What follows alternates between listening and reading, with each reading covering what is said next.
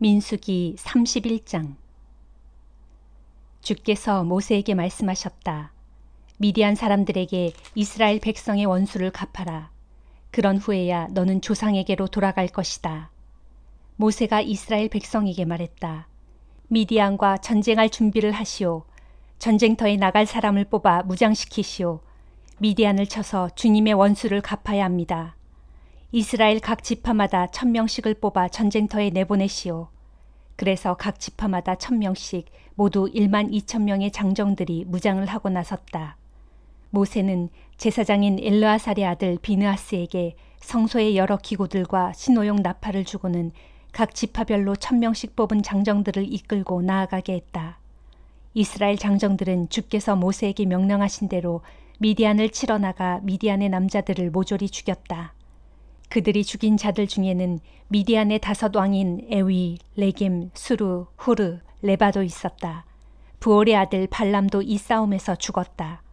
이스라엘 장정들은 미디안 여인들과 아이들을 포로로 붙잡고 양떼와 소떼와 온갖 재산을 약탈했다. 미디안 사람들이 살던 성읍과 마을에는 불을 질렀다. 이스라엘 장정들은 사람들과 가축들과 온갖 재물을 약탈하여 전리품으로 삼았다.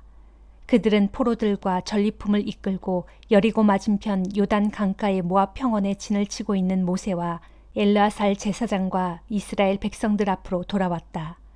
모세와 제사장 엘르아살 그리고 이스라엘의 지도자들이 진영 밖으로 그들을 맞으러 나갔다.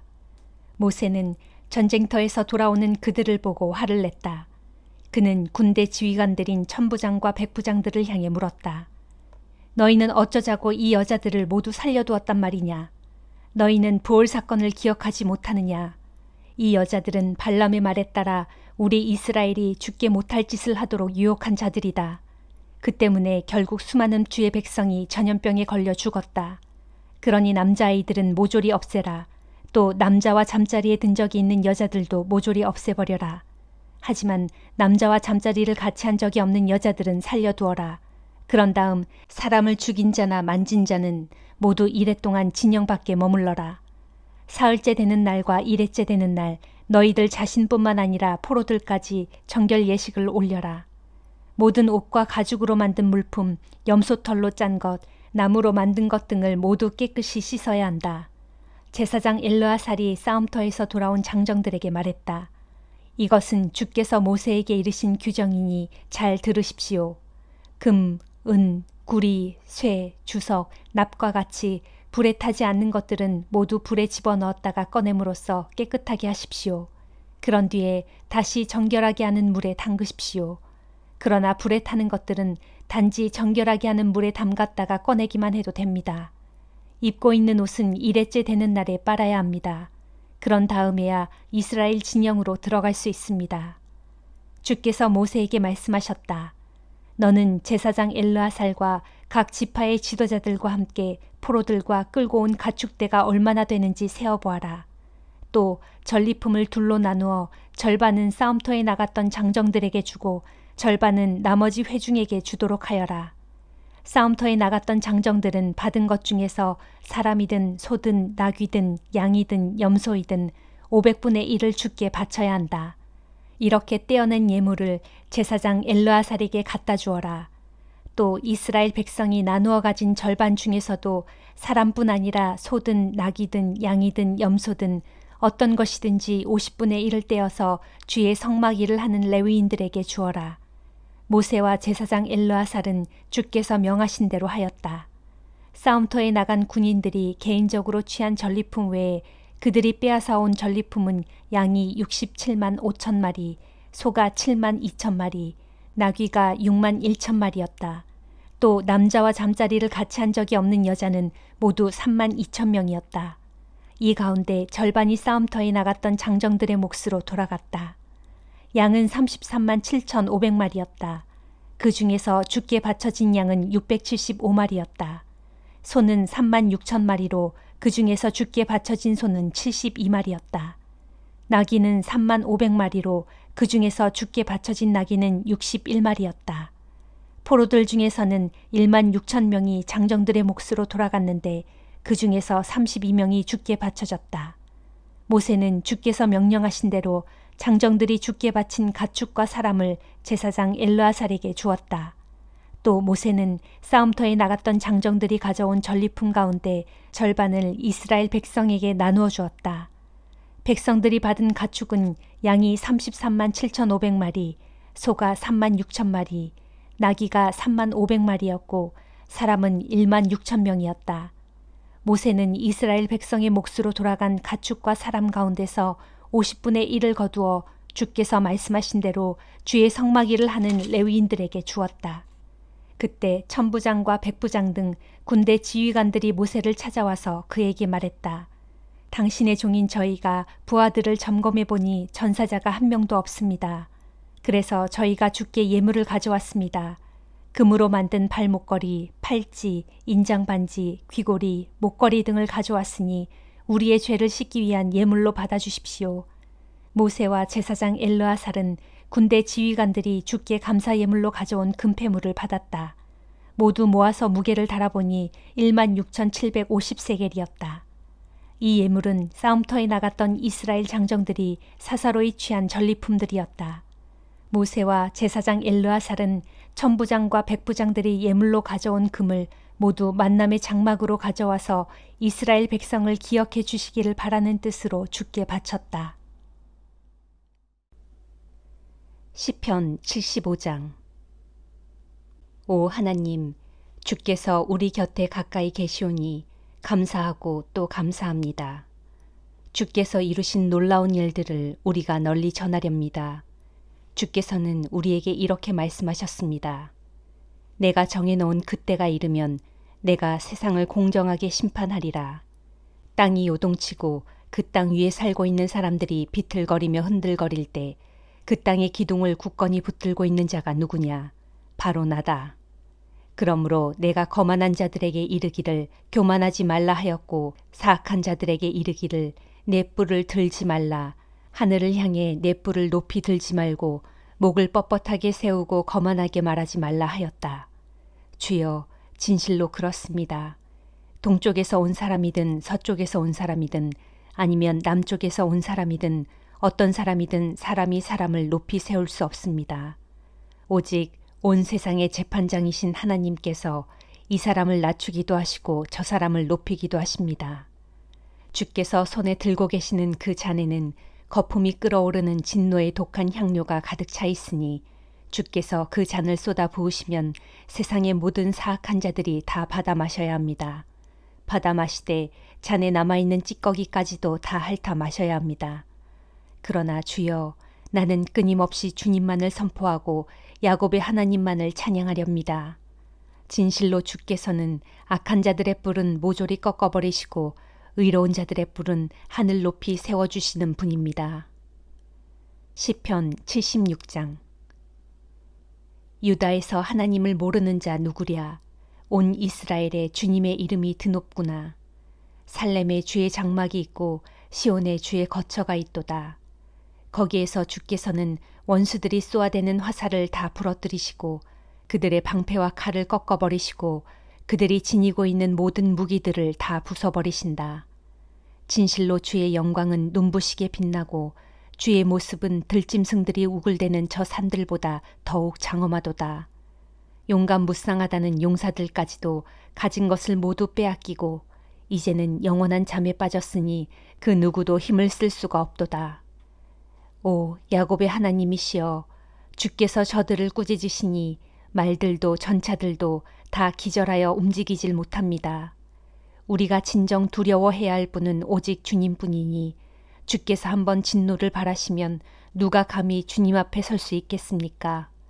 주께서 하늘에서 판결을 내리시면 온 땅은 두려워서 그만 입을 다물고 맙니다. 오 하나님, 주께서 일어나시어 공의의 심판을 베푸시는 것은 이 땅에 상처받은 사람들을 구하시기 위함입니다. 진실로 사람들의 분노는 도리어 주께 영광을 더할 뿐이니 주의 진노의 심판을 피하여 살아남은 자들은 더 이상 악한 짓을 저지를 수 없게 될 것이기 때문입니다. 너희는 너희 하나님께 서원하고 그 서원을 지켜라. 사방에 있는 모든 나라들과 민족들아, 너희도 마땅히 주님을 경외하며 그분께 예물을 바쳐라. 주께서는 거만한 통치자들의 숨통을 끊어버리실 것이니 세상의 뭇 왕들이 두려워 벌벌 떨게 되리라. 이사야 23장. 이것은 두로에 대한 주님의 말씀이다. 다시스의 배들아, 슬피 울며 통곡하라. 두로가 망하여 황폐해졌으니 이제는 너희가 들어가 쉴 집도 항구도 다 없어지고 말았다. 그렇다. 너희가 기띔섬에서 들은 두로의 패망 소식은 모두 사실이다. 그동안 바다를 부지런히 돌아다니며 장사하던 시돈의 선원들 때문에 부유하게 된 너희 지중해의 바닷가 백성들아, 이제 입을 닫고 잠잠하여라. 지난날 두로와 시돈의 선원들이 시올의 곡물들, 곧 이집트 나일 강변의 비옥한 농경지에서 수확한 온갖 곡물들을 바다로 운반해 들였으니 참으로 두로는 문 나라들의 곡물 시장이 되었도다. 너 시돈아, 부끄럽구나. 너 바다의 요새인 두로야, 너도 수치스럽구나. 이제 바다가 너희를 버리며 말하기를 내가 몸부림치며 해산의 고통을 겪은 적이 지금껏 없으니 자식을 낳은 적도 없다. 정말로 나는 아들들을 기른 적도 없고 딸들을 키운 적도 없다 하는구나. 이 같은 소식이 이집트 사람들에게 전해지면 그들도 큰 충격을 받고 두로의 패망을 슬퍼하며 크게 낙심할 것이다. 너희 해변의 백성들, 곧 두로와 시돈의 주민들아, 슬피 울면서 저 멀리 스페인의 다시스 항구로 도망하여라. 이 황폐한 성이 그토록 유구한 역사를 지닌 그 성읍이냐? 너희가 항상 자랑하고 기뻐하던 그 성읍이 정말로 맞느냐? 그 성의 백성들이 먼 곳까지 나가서 뭇 식민지들을 세우던 바로 그 성읍이냐? 대답해보라. 누가 두로를 이처럼 멸망시키기로 계획을 세웠느냐? 식민지의 뭇 통치자들에게 왕관을 씌워주던 두로, 떵떵거리며 큰소리치던 귀족 같은 두로의 상인들, 세상의 모든 사람들에게 널리 알려진 두로의 무역상들, 그런 두로를 향해 이처럼 큰 재앙을 내리신 분이 과연 누구냐? 보라, 그분은 바로 전능하신 만군의 주님이시다. 오직 주님께서 두로에 대해 그런 계획을 세우셨다. 그분께서 그런 계획을 세우신 까닭은 이러하니 곧 온갖 부귀 영화를 누리면서 으스대고 우쭐거리는 교만한 자들을 낮추시어 부끄럽게 만드시고 세상에서 존귀하고 유명하다고 대접받는 자들을 낮추시어 하찮게 만드시기 위함이었다. 다시스의 주민들아, 너희가 해방되었다. 나일강의 물이 흘러넘쳐 제멋대로 흐르는 것처럼 이제 너희가 두로의 지배와 속박에서 벗어나 자유롭게 행하게 되었도다. 주께서 바다 위로 손을 뻗치시어 세상의 문 나라들을 뒤흔들어 놓으셨다. 그런 뒤 가나안 땅의 페키니아의 요새들을 무너뜨리라고 명령을 내리시면서 말씀하시기를 대적들에게 학대받고 있는 가련한 처녀 딸 시도나 이제 너는 망했다. 우쭐대며 흥청망청 지냈던 너의 좋은 시절은 다 끝났다. 어서 일어나 기띔으로 도망치거라. 하지만 거기서도 내가 편히 쉴 수 없을 것이다. 너는 눈을 들어 갈대아 사람들의 땅을 바라보아라. 이제 그 땅에는 더 이상 사람들이 살지 않는다. 아시리아 사람들이 그곳을 광야의 들짐승들만 우글거리는 황폐한 땅으로 만들어버렸기 때문이다. 그들은 바벨론 도성 바깥에 흙으로 언덕을 쌓고 성읍을 공격하여 궁전을 허물어뜨려 그곳을 황폐하게 만들어버렸다. 오 다시스의 배들아, 너희는 슬피 울라. 너희의 요새가 완전히 파괴되고 무너졌다. 이제 두로는 한 임금의 수명에 해당되는 70년 동안 사람들의 기억에서 완전히 잊혀지게 될 것이다. 그러나 70년이 흐른 후 두로는 다음과 같은 창녀의 노래처럼 될 것이다. 오 사람들의 기억 속에서 사라진 너 가련한 창녀야. 이제 다시 일어나라. 수금을 들고서 성 안을 돌아다니며 수금을 연주하라. 아름답고 감미롭게 수금을 연주하면서 많은 노래를 부르고 또 불러라. 그리하여 뭇 사람들로 하여금 다시금 너를 기억하게 하여라. 그렇다. 한 임금의 수명인 70년의 세월이 흐르면 주께서는 두로를 다시 돌아보실 것이다. 그러면 두로는 예전처럼 다시 창녀 노릇을 할 수 있을 것이고 세상 모든 나라들을 상대로 부지런히 제 몸을 팔아 많은 돈을 벌 것이다. 그러나 두로가 그렇게 몸팔아 장사해서 벌어들인 많은 돈은 모두 구별되어 주님께 바쳐짐으로써 결국 주님의 몫이 될 것이다. 두로는 바다 무역을 통해 얻은 그 많은 소득을 결코 자신의 몫으로 간직하거나 쌓아둘 수 없을 것이고 도리어 그것들은 주님을 섬기는 사람들에게 돌려질 것이다. 그러면 주님을 섬기는 사람들은 그 돈으로 맛있는 음식을 배불리 먹고 좋은 의복을 마음껏 입는 데 사용할 것이다. 요한 1서 1장. 태초부터 있어 왔고 우리가 귀로 들었고 눈으로 주목하여 보았으며 손으로 직접 만져본 이것 곧 생명의 말씀에 관해 말하고자 합니다. 그 생명이 몸소 세상에 나타나셨고 그래서 우리는 그 생명을 보았습니다. 본래 그 생명은 아버지 하나님과 함께 계셨는데 이제 우리 앞에 나타나신 바 되었으므로 우리는 그 영원한 생명을 여러분에게 증거하고 전파합니다. 이처럼 우리가 보고 들은 것을 여러분에게 전파하는 것은 여러분도 우리와 함께 서로 교제를 나누도록 하기 위함입니다. 이 같은 우리의 교제에는 아버지 하나님과 그분의 아들 예수 그리스도도 함께 하십니다. 지금 우리가 이 편지를 쓰는 것은 여러분과 더불어 충만한 기쁨을 나누기 위해서입니다. 우리가 예수 그리스도께 직접 들어서 여러분에게 확신 있게 증거하는 것은 이것입니다. 곧 하나님은 빛이시므로 그분 안에는 전혀 어둠이 없다는 사실입니다. 그러므로 우리가 하나님과 교제를 나누고 있다고 말하면서도 여전히 어둠 가운데서 살아가고 있다면 우리는 분명 거짓말을 하고 있는 것이며 진리에 따라 살고 있지 않는 것입니다. 그러나 하나님께서 빛 가운데 계신 것 같이 우리도 빛 가운데서 살아간다면 우리와 하나님 사이에는 서로 참된 교제가 있고 그 결과로 하나님의 아들 예수 그리스도의 피가 우리를 모든 죄에서 깨끗하게 해주십니다. 만일 우리가 죄 없다고 주장한다면 우리는 자신을 스스로 속이고 있는 것이고 우리 안에 진리가 없는 것입니다. 그러나 우리가 죄인임을 인정하고 스스로 죄를 고백하면 하나님께서는 참으로 신실하고 의로우신 분이므로 우리의 죄를 다 용서해 주시고 모든 불의에서 우리를 깨끗하게 해 주실 것입니다. 만일 우리가 죄 지은 일이 없다고 주장한다면 우리는 우리를 죄인으로 여기시는 하나님을 거짓말쟁이로 만드는 것이고 또한 하나님의 말씀이 우리 속에 있지 않습니다. 아멘.